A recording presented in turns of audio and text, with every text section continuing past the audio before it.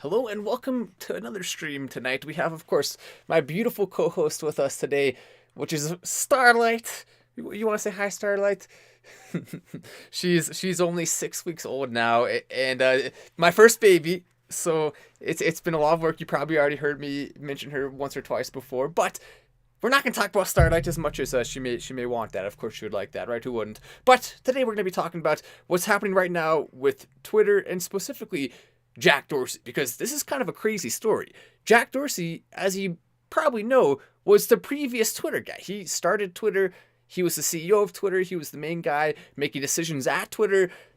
And now we have Elon Musk and Jack Dorsey getting in a fight on the platform that Jack Dorsey started, which is a little bit crazy. And this may not have gone to the level of a fight by most standards until it got a little bit intense down here. So you can see Elon Musk says Twitter needs to become by far the most accurate source of information about the world. That's our mission. And Jack says accurate to who? So throwing a little bit of shade already off the bat, kind of start demeaning Elon Musk's tweet to some degree. Accurate to who? Are you saying it's going to be accurate to people I disagree with? What do you think about that, Starlight? It's not good, is it? Oh, come on, Jack. Now, Jack, I'll give him credit. He's done a number of things that have been positive lately, despite the fact that he's made a number of massive mistakes in the past. He even admitted that he hired too many people at Twitter. Yesterday on Twitter, he said that. He basically apologized for doing that. But also, not just that, I mean, he also hired a lot of the wrong people at Twitter who didn't encourage an environment where people can feel free to speak. And I think that's really, really, really important.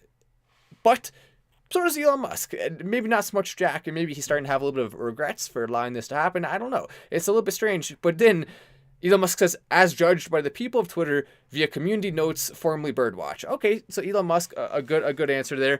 We'll go ahead and let Starlight sleep if she wants to. She actually, it's amazing. Babies, you'd be surprised. They can sleep through just about anything. If you've had one, you may know. But you can talk, you can watch a movie, and she'll just be there sleeping. It's pretty incredible. I mean, I wish I could sleep like that. But as judged by people of the Twitter community, formerly Birdwatch, and then Jack continues with the same bitter attitude, which is a little bit unusual and uncalled for sure, but I think Birdwatch is by far a better name and more informative. So he's not letting up. No matter what Elon Musk is going to say now, Jack Dorsey's going to come up with a counter that is throwing shade towards Elon, if we want to use the term of the TikTok stars. It's okay, Starlight.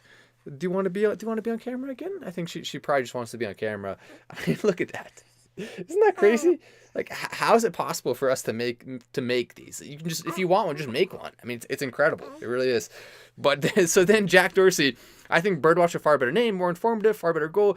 And Elon Musk is like, all right, you've come back at me twice now. No more. Come on. Birdwatch gives me the creeps. Elon Musk, he was being polite, he was being courteous. Now he throws the jab in there. He says, all right, I'm not going to put up with this any longer. And Jack says, community notes. So first, Jack is trying to get the jab. I mean, he wants to start a fight here. It's pretty obvious. Elon Musk gives him what he wants. And then Jack says, okay, I'm going to turn up the heat to the next level. And this is where it gets into an actual fight. He now says, community notes is the most boring Facebook name ever. Completely insulting and slapping Elon's name across the face.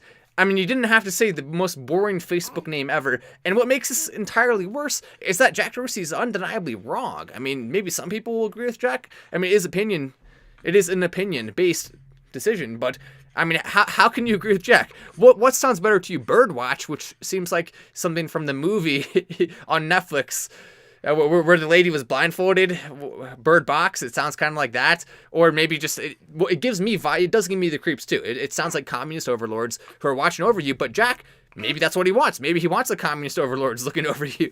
I mean, it's just getting worse and worse.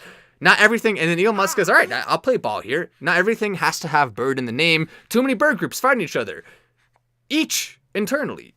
At Twitter, Angry Birds. If birds are even real, of course, that's an important note there. But agree, says Jack Dorsey. It's okay, sir. I think she hasn't eaten in a couple hours, so I may have to go give her to Diana. Diana right now is making food, so she wanted me to hold her, and of course you never know when the baby may start crying. I'm gonna go hand the baby to Diana. I'll be right back to finish this juicy beef between Elon Musk and Jack Dorsey.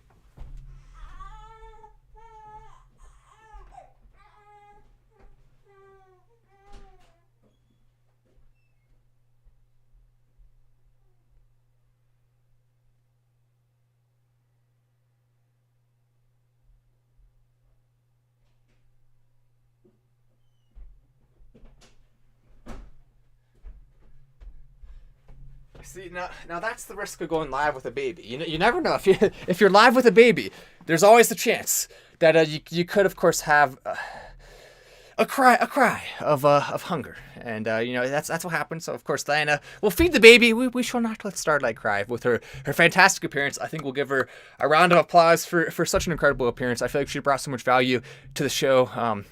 Actually, she really did. I mean, she made it cuter. So thank you, Starlight. But so then Elon Musk says, "Now everything has to have the bird up," and Jack says, "Agree, but that wasn't the reason for the name. Despite, or descriptive is always better, and don't think community or notes is the right descriptor." Jack also went further on this, basically saying that it shouldn't be about having the most accurate information.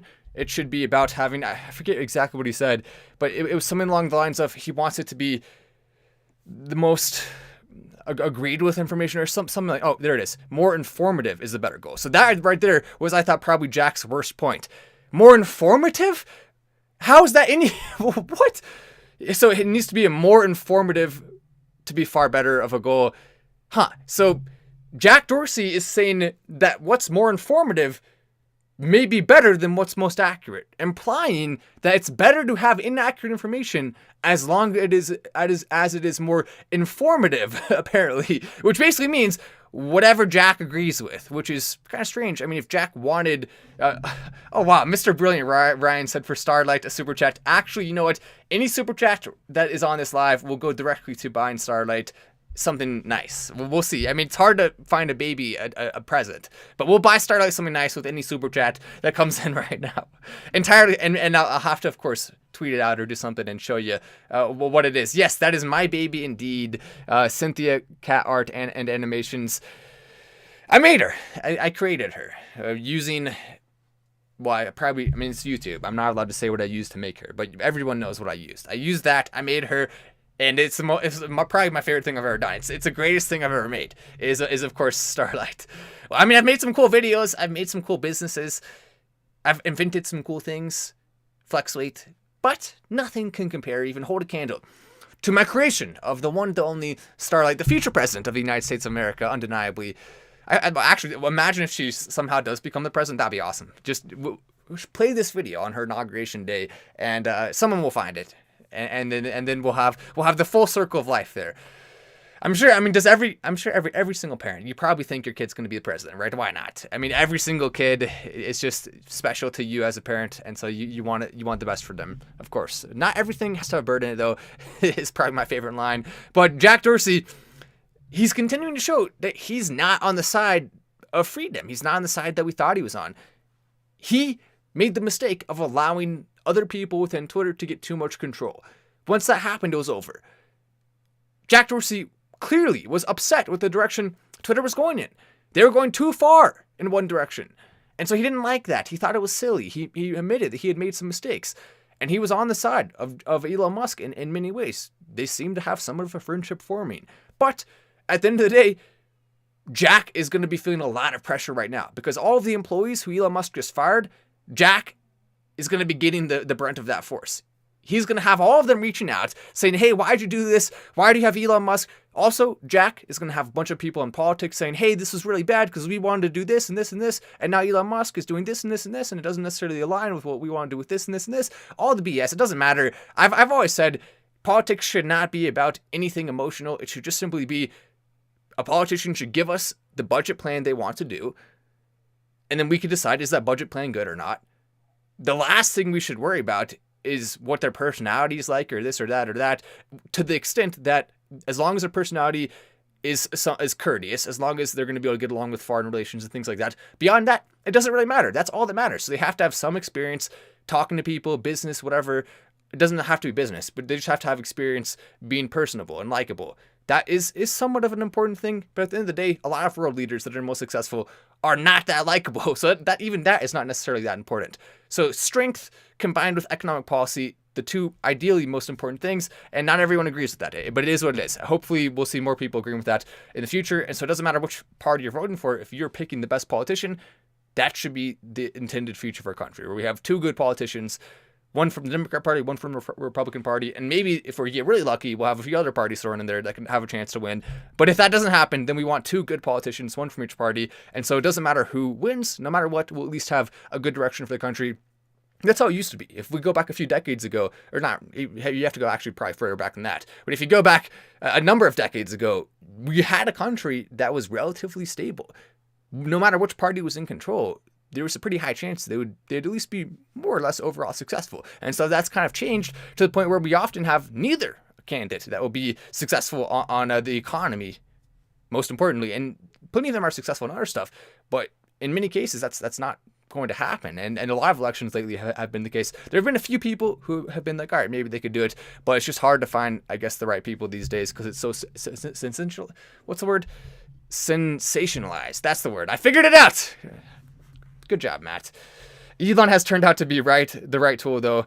And overhyped, says faithful servant. You mean Elon Musk and Jack Dorsey? Or what are you referring to? What's overhyped? I think people are talking about... Wait, are you saying Starlight's overhyped? How dare you? No, she's probably not saying. There's no way anyone could say that. How could you? That's impossible.